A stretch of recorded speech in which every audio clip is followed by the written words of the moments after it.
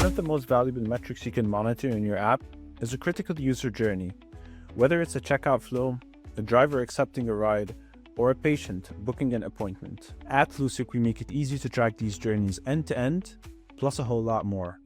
So looking into the flows module, you'll be able to see a list of all the flows instrumented, along with a summary of the drop-off versus completed count, and an Appdex score that highlights the drop-off rate, as well as the latency of completion. Then looking into a flow, you'll be able to see the number of people initiating the flow, a breakdown of the completed rate versus drop-off rate, and the reason for the drop-off.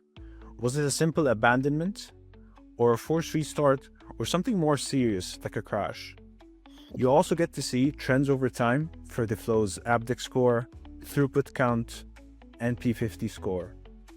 Then for the spans section, where we highlight a list of the APIs that happened during the execution of the flow, and we sort them by the higher latencies so that you can identify any bottlenecks.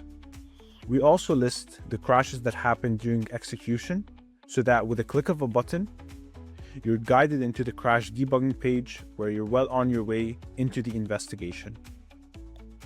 Then for the patterns section, where we highlight the health of the metric against different parameters, like app version, device, or something more specific to the metric itself.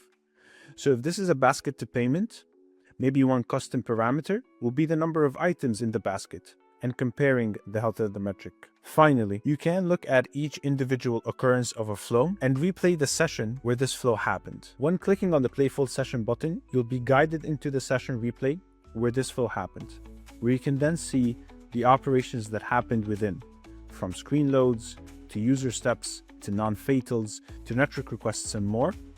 And you also get the replay back value of replaying the session and seeing the perceived user experience during the execution of the flow.